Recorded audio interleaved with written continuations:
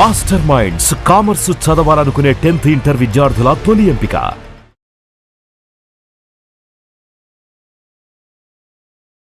నమస్కారం, welcome to Suman TV. నేను గీతాంజలి. ఇవాళ మనతో పాటు ఉన్న అతిథి శ్రీ విద్యాపీఠం వ్యవస్థాపకులు. గత 45 సంవత్సరాలుగా శ్రీ విద్య ఉపాసనతోటి ఎంతో మందికి మంత్రోపదేశాన్ని చేసిన శ్రీ గురు కరుణామయ్య గారు ఉన్నారు. వారితో మాట్లాడి కొన్ని అమూల్యమైన విషయాలు తెలుసుకుందాం. గురువు గారితో మాట్లాడదాం. గురుగారు నమస్కారం అండి. ఎలా ఉన్నారండి? చాలా నిజంగా అమ్మకే కృతజ్ఞతలు చెప్పుకోవాలి. మళ్ళీ మీ విలువైన సమయం మాకు కేటాయించినందుకు, ఈ అవకాశం దొరికినందుకు. ఎన్నో సందేహాలు చాలా అంటే అవన్నీ నివృత్తి చేస్తూ వచ్చారు. అవి చిన్న చిన్నవే అయినా చాలా పెద్దవి జీవితంలో. అలా చాలా వరకు ప్రేక్షకులు కూడా వాటిని విని ఆచరిస్తున్నారు, ఆ పూజలు అవి చేసుకుంటూ ఉన్నారు. అందులో భాగంగా మరికొన్ని ప్రశ్నలు మా ముందు ఉంచారు, అవి నేను మీ ముందు ఉంచుతున్నాను. ఇందులో భాగంగా వారాహి అమ్మవారు నవరాత్రులు ప్రారంభమవుతున్నాయి. ఎక్కడ చూసినా ఈ అమ్మవారి గురించే. వారాహి అమ్మవారు ఇలా అట తాంత్రికమైన పూజలు చేయాలంటారు కొంతమంది, లేదు సాధారణమైన పూజలు చేయాలని కొంతమంది. అసలు అమ్మవారు ఎవరు? వారాహి అనే పేరు ఎందుకు వచ్చింది? లక్ష్మీ అమ్మవారైనా, పార్వతీదేవియా, లేకపోతే సరస్వతీదేవియా, అసలు ఆదిపరాశక్తి? ఇలా ఎన్నో సందేహాలు ఉన్నాయి. అసలు ముందుగా వారాహి అమ్మవారు ఎవరు? ఆవిడ విశిష్టత, ఆవిడ అవతార విశిష్టత తెలియచేయండి. మంచి ప్రశ్న అడిగారు. శ్రీ విద్యా పరంగా చూస్తే శ్రీ విద్యలో గణపతి, బాల, రాజశ్యామల, వారాహి, లలితమ్మ, ఈ దేవతలు ఒక్కొక్క దేవత ఉపాసన కొన్ని నెలల పాటు చేసుకుంటూ వస్తే ఈ దేవతల వల్ల, గణపతి ఉపాసన వల్ల మూలాధారంలో మనకున్నటువంటి భయము, అనుమానము తొలగిపోయి ఫోకస్ అండ్ కాన్సన్ట్రేషన్ వస్తుంది, శ్రద్ధ, ఏకాగ్రత. దానికోసం 3 నెలలు ఉపాసన చేయాలి, 3-4 నెలలు. తర్వాత బాల ఉపాసన చేస్తే మనకున్న కోపాలు అన్ని పూర్తిగా పోయేవరకు. అందుకే క్రోధ నాశిన్యే నమః అన్నారు, క్రోధ శమన్యే నమః అంటారు, లోభ నాశిన్యే నమః అంటారు. ఆవిడికి తెలుసు కోపం పూర్తిగా పోదని. అంటే ఈ కామక్రోధాలని కొంచెం అదుపులో ఉంచడానికి బాల ఉపాసన ఇక్కడ ఏమిటంటే భగవంతుని పూజ చేస్తే ఇది మాత్రమే కాదు, ఇది కూడా మారాలి అన్నది మనకు తెలుసుకోవాలి. రాజశ్యామల ఉపాసన చేసినప్పుడు ఇక్కడ ఉంటుంది అనాహత చక్రం. అక్కడ అన్కండిషనల్ లవ్, నిబంధన రహిత ప్రేమ. ఇది కష్టం ఈ రోజుల్లో. ప్రేమ అంతా నిబంధనమే. నా మీద ఏమాత్రం ప్రేమ ఉన్నా 5 గంటల ఇంటికి వచ్చేయండి, ఇది నిబంధనతో కూడిన ప్రేమ. అలా కాకుండా నిబంధన రహిత ప్రేమ, ఇంద్రియ నిగ్రహము. ఇకపోతే వారాహి ఇక్కడ వస్తుంది. ఈవిడ దండనాథ అంటారు, డిసిప్లిన్. అయ్యవారు నాన్నగారు, అమ్మవారు. ఈ అమ్మ ఎలా ఉన్నా ప్రేమించి అమ్మ ఈవిడ కొంచెం రూల్స్ ప్రకారం డిసిప్లిన్ లో. అందుకని వారాహి ఆజ్ఞాచక్రంలో ఉంటుంది. వారాహి అమ్మవారంటే కొంచెం భయపడతారు. ఎందుకు? మిగతా వాళ్ళు కూడా ఈవిడ ఉగ్రదేవత, అందువల్ల ఈవిడ పూజ చేయకూడదు అని చెప్పడం, దండనాథ పురస్కృత అని. నిజానికి వారాహి అమ్మవారు లక్ష్మీదేవి యొక్క ఇంకొక అవతారం. శ్రీచక్రం తీసుకుంటే మొదటి ఆవరణలో మధ్య లైన్లో 8 మంది మాతృకా దేవతలు ఉంటారు. 8 మంది అష్టమాతృకలు అంటారు. అంటే సప్తమాతృకలు విన్నాం. ఎట్లా చేస్తుంది ఇది? బ్రాహ్మి, మాహేశ్వరి, కౌమారి, వైష్ణవి, వారాహి, మాహేంద్రి, చాముండ, మహాలక్ష్మి. మహాలక్ష్మి ఇక్కడ ఉంటుంది మన కుడి పక్కనే ముందు భాగంలో, వారాహి ఇక్కడ ఉంటుంది. ఇద్దరు ఒక పక్కన ఉంటారు. మహాలక్ష్మి ఇంటికి కట్టిన తోరణాలలాగా, మామిడాకులు తోరణం, అరిట. ఇంట్లో వ్యాక్యూమ్ చేసుకోకుండా దుమ్ము దూరంలో ఉంది, బయట తోరణానికి ఉపయోగం ఉందా? ఈ ఇంట్లో దుమ్ము దోగరా ఉంది, బయట ఇలాంటి డ్రెస్సులు వేసుకుంటే ఏమైనా ఉపయోగం ఉందా? ఈ మంగళకరం మహాలక్ష్మి. అయితే వారాహి ఆవిడ ఫేస్ కూడా బోర్ ఫేస్ అంటారు ఇంగ్లీష్. దానికి ఒక కొమ్ము ఉంటుంది. ఆవిడ కొమ్ముతో లోపలికి తిరిగి ఒక పొక్లైన్ లాగా లోపల చెత్త అంతా తీస్తుంది. ఎక్కడ బయట కాదు, ఇక్కడే ఉంది. రాక్షసులందరూ ఇక్కడే ఉన్నారు, మనం బయట ఉన్నారు కూడా. ఈ చెత్త తీసి బయట ఇక్కడ క్లీన్ చేస్తుంది. సో శుభ్రం చేసి లక్ష్మి, అశుభాన్ని తీసే లక్ష్మి వారాహి అయితే, శుభాన్ని తీసే లక్ష్మి మహాలక్ష్మి. ఇద్దరు మనకు కావాలి. వాక్యూమ్ క్లీనరు కావాలి, మామిడి ఆకులు కావాలి. ఇలా ఆనందం క్షమించాలి. వాక్యూమ్ క్లీనరే వారాహి. మన ఇల్లు శుభ్రం చేస్తుంది ఇల్లు, కానీ శుభ్రం చేసేటప్పుడు మరి కొంచెం చప్పుడు అవుతుంది, లోపల తవ్వుతున్నప్పుడు బాధేస్తుంది. అంచేత ఏంటి, ఇది సాధారణంగా ఇది ఉపాసన చేయకూడదు. నాకు గుప్త నవరాత్రులు అని ఒక పేరు పెట్టాడు. గుప్త నవరాత్రులు అంటే ఏంటి, ఎవరికీ తెలియదు, అనాదిగా మరుగుపడిపోయింది. అంతేగాని గుప్తం అంటే ఎవరో గుప్తంగా చేసుకోవాలి అని అప్పుడు లలితా సహస్రనామం కూడా లలిత రహస్యనామ సహస్ర స్తోత్రం అంటారు. అని గుసగుసగా చదవండి, పైకి చదువుతారు, ఎవరు చదవకూడదు. ఇది ఏంటంటే పైన మీనింగ్ తీసుకుంటున్నారు. రహస్యనామం అంటే బిందు తర్పణ సంతుష్ట అంటే పైకి కనబడి అర్థం ఒకటి, లోపల కనబడి అర్థం ఒకటి. ఆ మూల ప్రకృతికి వెళ్ళాలి అని చెప్పి. అంటే వారాహి అంటే ప్రత్యేకించి వేరే ఉగ్రదేవత కాదు, ఆ మహాలక్ష్మి ఈ వారాహి. ఇది అనాదిగా తాంత్రికానికి వైదికానికి ఉన్న ఒక పోరాటమే. వైదికంలో ఒక నియమము నిబద్ధత, ఇలా వీళ్ళే చేయాలి వాళ్ళే చేయాలి ఇలాగే చేయాలి, అది కరెక్టే, అదొక స్కూల్ ఆఫ్ థాట్. కానీ తాంత్రికం అనేటప్పటికీ సినిమా వాళ్ళ పుణ్యం గారు తాంత్రికం హామ్ రూమ్ అనే మాంత్రికులు చేసేదే తాంత్రికం అంటారు. తంత్రము అంటే పద్ధతి, సంస్కృతంలో తంత్రం సర్వ యంత్రాత్మిగా సర్వతంత్రాత్మిగా సర్వమంత్రాత్మిగా, సర్వతంత్రం అంటే అన్ని పద్ధతులు. ఇదే పద్ధతి అనుకుంటే అదొక రకం. ఇదేంటి, నీ మనస్సు ఉంటే చాలు, భక్తి ఉంటే చాలు, ఎలా ఉన్నా సర్వకాల సర్వావస్థలందు మంత్రం పండించుకో అనేది తాంత్రికం. నువ్వు ఆనందం తినకుండా చేయాలి, ఈ బట్టలు వేసుకునే చేయాలి అనేది ఒక రకంగా వైదికం. అంటే సెల్ఫ్ స్వతంత్ర పరతంత్ర విధానం అంటుంది తాంత్రికం. అంటే నీ డిసిప్లిన్ నువ్వే పెట్టుకుంటావు. నాకు డిసిప్లిన్ లేదని కాదు, డిసిప్లిన్ ఉంటుంది, కానీ నాకు మంత్రం గుర్తొచ్చింది నేను అన్నప్పుడు నేను చదువుతా. ఈ డ్రెస్ ఎలా ఉంది, నేను పాటించిన అన్నం తిన్నానా పట్టించుకోను. ఆ రకంగా చూస్తే వారాహి తాంత్రికంగా ఎక్కువ పోయింది. అందులో ఈ రోజుల్లో ఎందుకు పాపులర్ అయింది అని మీరు అడుగుతున్నారు. కలియుగంలో ఇలా వెళ్ళిపోతూ ఉంది ధర్మం, కల్చర్ వాల్యూస్ పడిపోతున్నాయి. పూర్వకాలంలో అనకూడదు కానీ విడాకులో అన్న శబ్దం నేను నా చిన్నప్పుడు వినలేదు. ఈ రోజు ఆ శబ్దం వినకుండా రోజు గడవట్లేదు. అది చింతించాల్సిన విషయమే. ఈ వారాహి దేవత ఈ రోజుల్లో కావలసిన దేవత వారాహి. ఎందుకంటే ఆవిడ 3 సందర్భాల్లో మనకి బాగా అవసరం. ఒకటి మ్యారిటల్ బ్లిస్, దాంపత్య సంబంధాలు తగ్గిపోతున్నప్పుడు వారాహి దేవత ఉపాసన ఎంతైనా మంచిది. వారాహి దేవత ఉపాసన అంటే పెద్ద మంత్రం చెప్పుకున్నా, మంత్రం విన్నా సరే ఆవిడ రక్షిస్తుంది. ఎలా రక్షిస్తుంది? భర్తను వారిని మార్చేసి కాదు, వాడు అలాగే ఉంటాడు, ఈవిడ అలాగే ఉంటుంది, నేను అడ్జస్ట్ అవుతాను. ఈ పరిస్థితులకి అడ్జస్ట్ అయ్యి శక్తిని ఇచ్చేది వారాహి. So marital bliss. రెండోది క్రానిక్ ఇల్నెస్ అంటారు, దీర్ఘకాలిక రోగాలు, నేను తెలియకుండా రోగాలు ఎలా పట్టి పీడిస్తుంటే దానికి కూడా వారాహి. అందుకే సర్వదుష్ట ప్రదుష్టానం అనేది సర్వరోగ ప్రరోగాణం అని మార్చి చదివితే బ్రహ్మాండమైన రోగాలు తగ్గుతాయి. అది. మూడోది కోర్టు కేసులు, లీగల్ ఇంప్లికేషన్స్ లో ధర్మం మన పక్క ఉంటే అక్కడ కండిషన్ ఉంది. అధర్మంగా ఉంటే నేను జయించింది, ధర్మం మన పక్క ఉంటే వారాహిదేవి రక్షిస్తుంది. ఇంత ప్రయోజనం ఉంది కాబట్టి, కలియుగంలో ఇంత అవసరం ఉంది కాబట్టి వారాహిదేవి ఇప్పుడు పైకి వచ్చింది.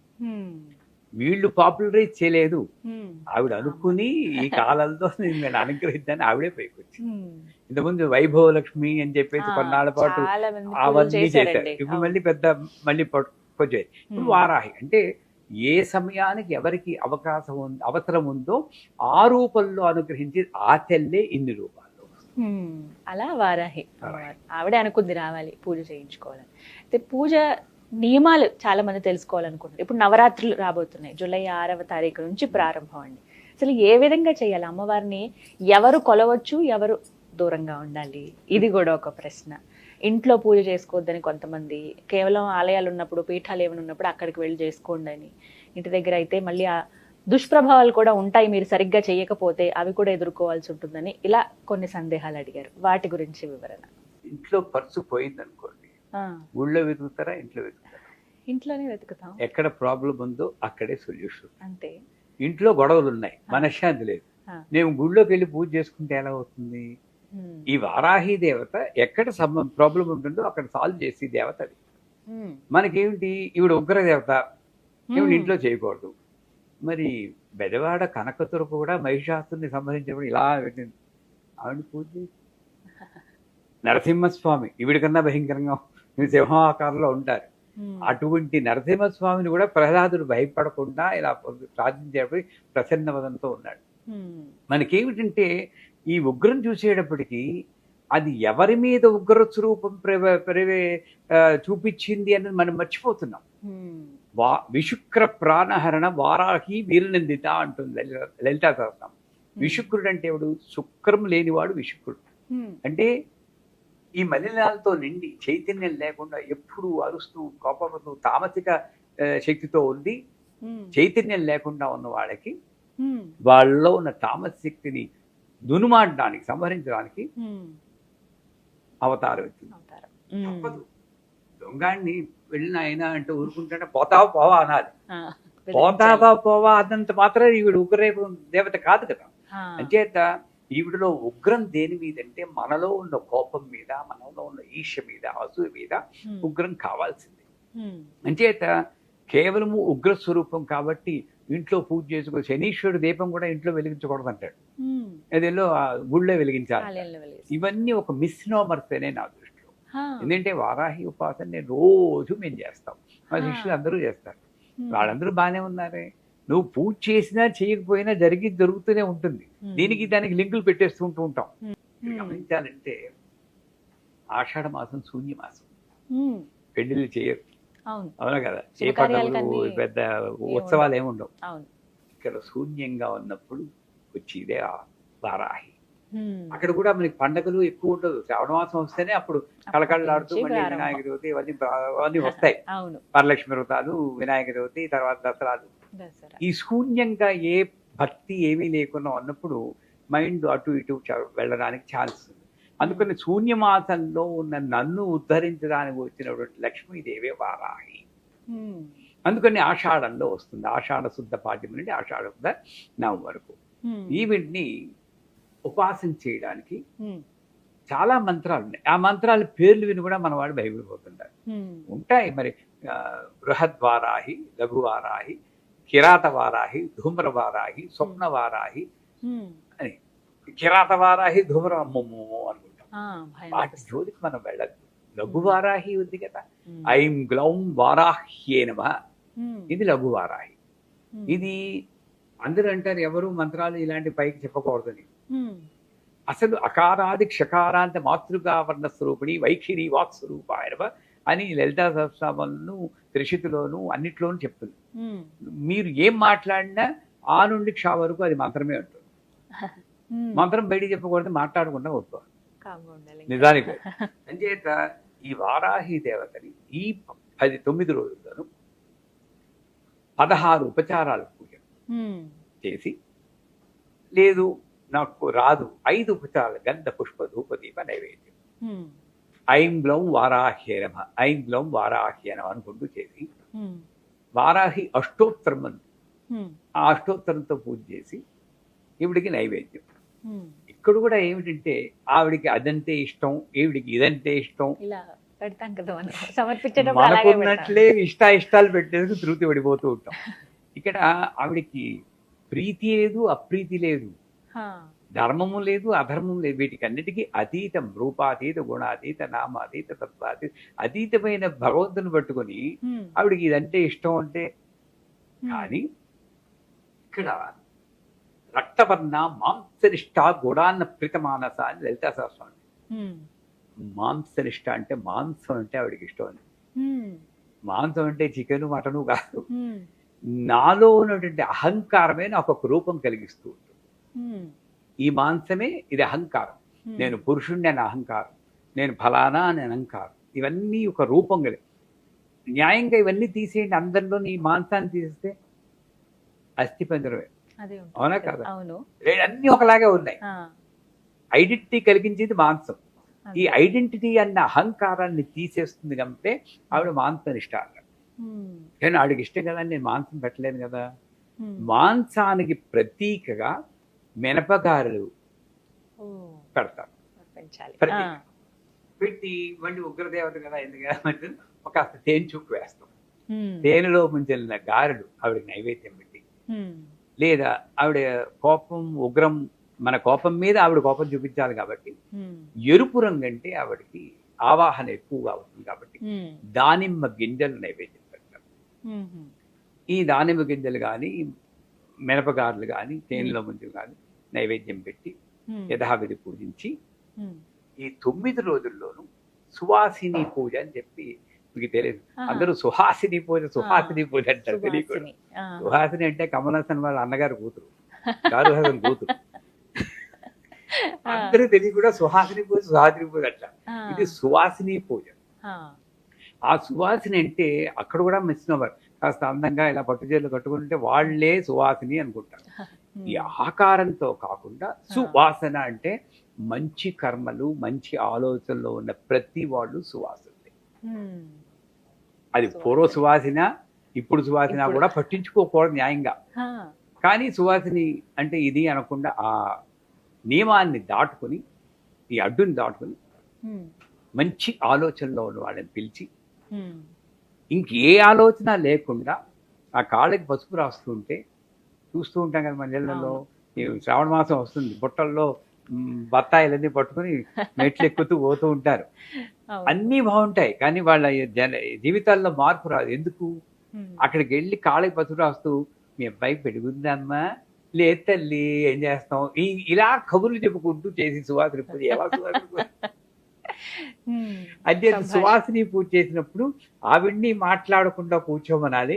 అమ్మ కళ్ళు మూసుకుని కూర్చొని అమ్మవారిలా కూర్చోడు తల్లి అని జపం చేసుకోండి. నేను కూడా ఇంకొక ఇతరమైన విషయాలు మాట్లాడకుండా ఆ పాదాలకి పసుపు రాసి చక్కగా బొట్టు పెట్టి ఆవిడ పీకేయకుండా ఎలా పీకేయకుండా ఆ పువ్వులేవో ఒళ్ళో పెట్టి ఆ సువాసినికి యథాశక్తి మన శక్తి కొలిది పూజ చేసి చీరవ జాకెట్ ఏదో ఇచ్చి చేయడం.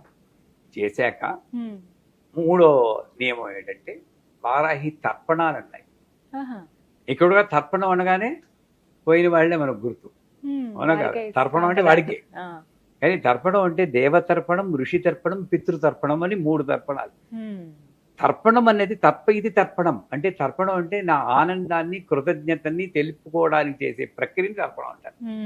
పితృతర్పణాలు కూడా తాతగారు చాలా థ్యాంక్స్ అండి, మా నాన్నగారు అమ్మగారిని ఇచ్చారు, మంచి జీవితాన్ని ఇచ్చారు, థ్యాంక్ యూ వెరీ మచ్, పితృతర్పణం. దేవుడా థ్యాంక్స్, దేవతర్పణం. గురువా థ్యాంక్స్. ఈ కృతజ్ఞతాపూర్వకంగా అయితే తర్పణం. అంచేత వారాహి దేవత కూడా శూన్యమాసంలో వచ్చేవాడికి అమ్మా నా జీవితాన్ని రక్షిస్తూ ఉండు తల్లి, థ్యాంక్ యూ వెరీ మచ్ అనుకుంటూ పంచామృతాలు. పంచామృతాలు అంటే ఏమిటి మీకు తెలుసు, పాలు, పెరుగు, నెయ్యి, తేనె, పంచదార అవన్నీ కలిపి, అది కూడా మన వాళ్ళు ఏం చేస్తారు, అన్ని ఇంత చేసి చెక్కగా జిగటగా చేసి ఎక్కి అవి మేమీ పోస్తే ఎలా ఉంటుంది మీకు అసలు, అయితే నెయ్యి తేనె ఒకటి ఇంత కలిపి పెరుగుని చేత అక్కడ కూడా పాలు ఎక్కువ పోసి ఈ పెరుగు నెయ్యి లాంటి కొంచెం తక్కువ దాంతో ఇలా పెట్టి తర్పణం. ఐంగ్లం వారాహీనమ తర్పయానం, ఐంగ్లం వారాహీనమ తర్పయానం. దీనికి దీక్షక్కర్లేదు, భయపడక్కర్లేదు. ఆవిడ మరీ కోపగించి నరికేస్తుంది రకమన్, అంతకన్నా గొప్ప అదృష్టం ఏముందమ్మా ఆవిడ చేతితో తేవడం కదా. ఈ రకమైన ధైర్యం ఉంటేనే నీకు ధీరాధీర సమర్జిత అంటుంది అమ్మవారు. ఈ ధైర్యం ఉంటేనే తగ్గుతుంది. హిందీలో కూడా దిల్వాలే దుల్హనియా లే జాయేంగే. నువ్వు దిల్వాలేవా లేక అధీరుడు వాళ్ళది దుల్హన్ నీకు దొరకాలా లేదా అని నిర్ణయిస్తుంది. ధైర్యంగా నువ్వు పూజ చేయి. ఐంగ్లం వారాహినం తప్పేయాలి చేసి చివరగా కండిషన్ ఏంటంటే, ఉత్తప్పుడు ఎలాగా అందరి మీద అరుస్తూనే ఉంటాం, ఆ 9 రోజులైనా కాస్త నోరు అదుపులో పెట్టుకుని ఎవరి మీద అరవకుండా శాంతి. ఇది చాలా కష్టం, బూర్లు పులిహార్లు ఎన్నైనా చెప్పి ఇలా పూజ చేస్తున్నప్పుడు కూడా ఏదో ఒకటి ఉంటుంది. కనీసం ఆ 9 రోజులు పూజ మన నోరు అదుపులో ఉంటుంది, ఎవరిని అరవకుండా మీలాగా మంగళకరంగా అలంకరించుకుని మంగళకరమైన ఆలోచనలతో మంగళకరమైన వాక్కుతో మంగళకరంగా నవరాత్రులు గడిపితే తప్పకుండా ఆ మహాలక్ష్మి వారాహి రూపంలో మన సంసారాల్ని రక్షిస్తుంది, అందులో సందేహం లేదు. చక్కగా వివరించారు. అయితే ఇంకా కొన్ని సందేహాలు ఉన్నాయి. ఇందులో ఏమిటంటే, ఏ సమయంలో అమ్మవారికి పూజ చేయాలి, అమ్మవారు గుప్త దేవత కదా, సాయంత్రం వేళ అంటే చీకటి పడినప్పుడు వారాహి అమ్మవారికి పూజిస్తే చాలా మంచిది అంటూ ఉంటారు. ఎంతవరకు నిజం అండి? కరెక్ట్. ఆ రకంగా వారాహి దేవతల చండి, కాళి ఇవన్నీ కూడా సాయం సమయంలో చేస్తే, ఇందాక చెప్పిన శూన్యమాసం ఎప్పుడు నీకు లైట్ కావాలి? చీకటిగా ఉన్నప్పుడు. పొగలు బ్యాటరీ లైట్ వేసుకుంటే పిచ్చాడంటారు. అంచేత రాత్రి చీకటి అంటే నాకు సరైన ఆలోచన తప్పనప్పుడే నాకు అమ్మవారి యొక్క సాయం కావాలి. ఆ రకంగా నాలో చెడు ఆలోచనలు రావడానికి ఆస్కారం ఉన్నటువంటి సంధ్యా సమయంలో వారాహి దేవతని పూజ చేస్తే మంచిది. వీళ్ళెవరిలో కొంతమంది ఇంకో చూసారా, వార్తాళి ప్రయోగం రాత్రి పొగలు చేయకూడదన్నారు, అంతేతే మీరు చేయకూడదు అని కొంతమంది వాదిస్తూ వారాహిని పూజ చేయకూడదు, మీరు మామూలుగా చేస్తే చాలంటారు. అక్కడ ప్రయోగం వేరు, పూజ వేరు. వార్తాళి ప్రయోగం పగలు పనికిరాదు నేను అంటాను. ప్రయోగం అంటే ఏదో సాధించడం కోసం చేసి, కానీ నేను ప్రేమతో చేస్తాను అనుకున్నప్పుడు ఎప్పుడు చేసినా పర్వాలేదండి. సర్వకాల సర్వావస్థ లేదు, జపింపదగిందే నామం. కానీ విశేషంగా నాకు ఫోకస్, కాన్సన్ట్రేషన్ ఉండి ఫలితాలు రావాలంటే సాయం సమయంలో ఈ వారాహి పూజ చేస్తే చాలా మంచిది. అలాగని రాత్రి అందరూ పడుకున్నప్పుడు రామ్ హ్రీం భ్రూమ్ అని కేకలు పెట్టారంటే అది మంచిది కాదు. మరి అర్ధరాత్రి కాదు, ఏదో సాయం సమయంలో సూర్యాస్తమైన సమయంలో వారాహి దేవతని పూజ చేస్తే చాలా మంచిది. అలాగే ఫోటో అమ్మవారి పటం పెట్టుకుని పూజ చేయాలంటారు. సాధారణంగా ఏంటంటేనండి, ఏదైతే ఉంటుందో దేవుడి గది, అక్కడ అమ్మవారి ఫోటో ఉంటుంది, అక్కడ డైరెక్ట్ గా దీపం పెట్టేసి అందరు దేవుళ్ళతో పాటు చేయాలా, సెపరేట్ గా పీఠం పెట్టుకుని అలా అమ్మవారిని పూజిస్తే మంచిదా? వారాహి దేవత అన్నా, లక్ష్మి అన్నా, సరస్వతి అన్నా, దుర్గన్న అన్నీ ఒకటేనర్రా. ఈ సందేహాల నుండి బయటపడాలి. అమ్మవారు 11వ చాప్టర్లో 10వ చాప్టర్లో చెప్తుంది, ఏకైవాహం జగత్యత్ర తృతీయా కామమా పరా పశ్యేత దుష్ట అని ఆ రాక్షసుని తిరుగుతుంది. రాక్షసు అంటాడు, బ్రాహ్మీ మాహేశ్వరి ఇంతమంది ఆడవాళ్ళని పెట్టుకుని యుద్ధం చేస్తున్నావు, ఇల్లుంటే ఒక్కదాన్ని రా నేను చూసుకుంటానంటాడు. పిచ్చాడా, వీళ్ళందరూ నేనేనరా, నా విభూతులే వీళ్ళందరూ. ఆ లెక్కకు వస్తే స్త్రీలందరూ నా విభూతులే అంటారు. ఆ ముక్క మొగాళ్ళందరూ పాటిస్తే ఎప్పుడో బాగుపడుతుంది లోకం. స్త్రీలందరూ నా విభూతులే అని చెప్పింది అమ్మవారు. ఆడవాళ్ళ రూపంలో ఎవరొచ్చినా అమ్మవారి స్వరూపమే.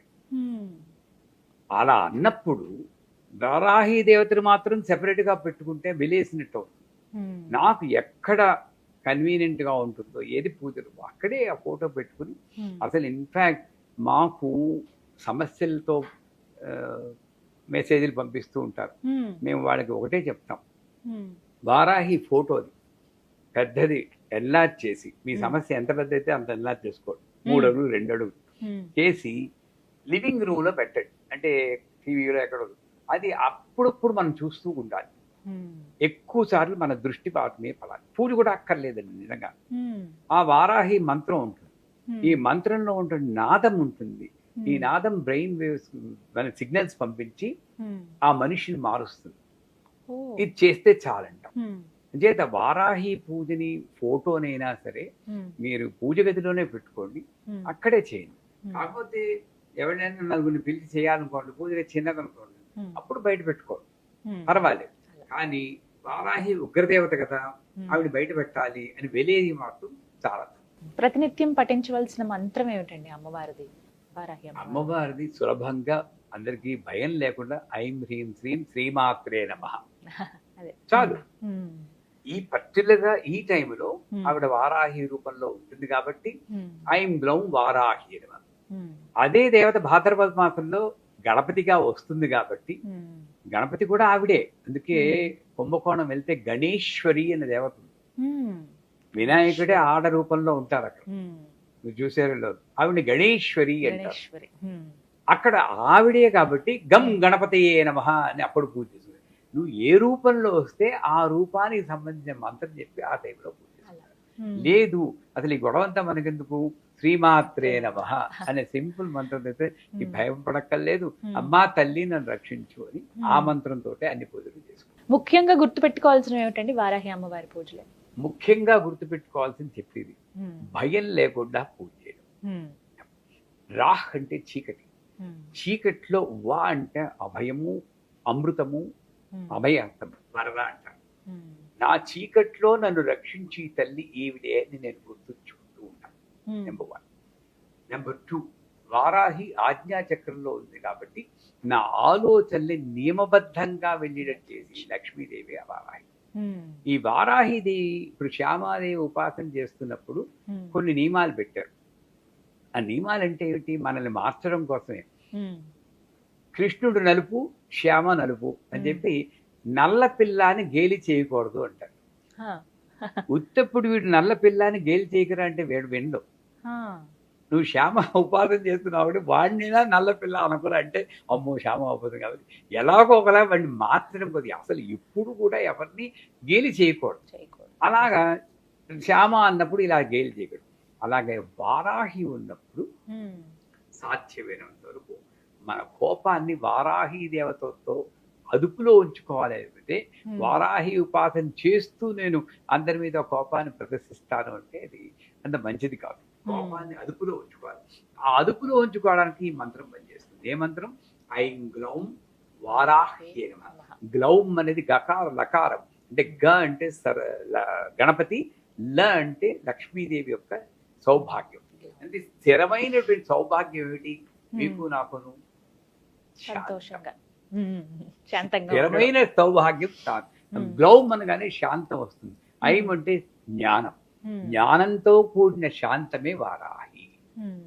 ఆ వారాహి దేవత ఉపాసనకు ఇది గుర్తుంచుకుంటూ మనం చేస్తే పూజ చేసేంత ఫలితం ఉంటుందా? ఇలా మంత్రం ఒక్కటే ఉచ్చరిస్తే ఎన్నిసార్లు స్మరించుకోవాలి? అలా అసలు లెక్క లేదమ్మా మంత్రానికి. ఇప్పుడు ఇలా ఆఫీస్ లో ఉన్నప్పుడు, ఖాళీగా కూర్చున్నప్పుడు, ఎప్పుడైనా ఏమండి, ఒకటి ప్రాణ ప్రయాణ సమయే నారాయణ శబ్ద మాత్రమే పునర్జన్మ నశ్యతి అంటే ఏమిటి? ప్రాణం వెళ్ళిపోయాడు నారాయణ అంటే చాలు, ఇంకో జన్మ లేదంటుంది. మనం ఏదో నమ్మకంతో బతుకుతున్నాం అంతే కదా. మనం పుట్టగానే ఈయనే మీ నాన్నగారు అని చెప్తుంది అమ్మ. నాన్నగారిని నేను చూడలేదు, అమ్మే నాకు తెలుసు. మళ్ళీ డిఎన్ఏ శాంపుల్ నాన్నగారిని ఎలా ప్రూఫ్ ఏమిటి నేను అడగలేదే, నమ్మేను కదా. నమ్మకంతో నేను జీవితాన్ని స్టార్ట్ చేశాను. నమ్మకంతో వెళ్ళినప్పుడు సర్వకాల సర్వావస్థలు ఎందు జపింపదగితే.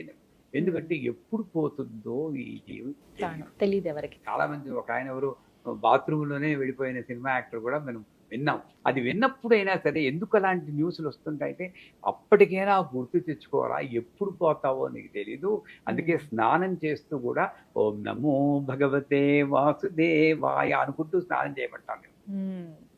ఏమో ఇలా పెట్టు ఆగిపోతే లాస్ట్ మంత్రం వాసుదేవ మంత్రం.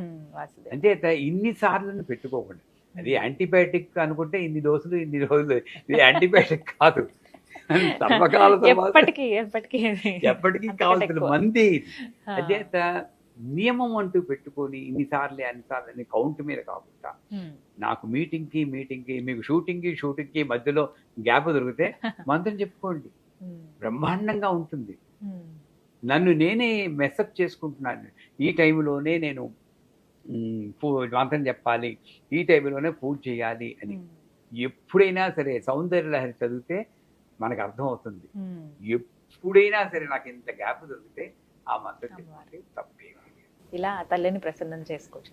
చాలా చక్కగా వివరించారు గురుగారు. నమస్కారం అండి. సుమన్ టీవీలో మీ పర్సనల్ అండ్ బిజినెస్ ప్రమోషన్స్ కోసం కింది నెంబర్కి కాంటాక్ట్ చేయండి.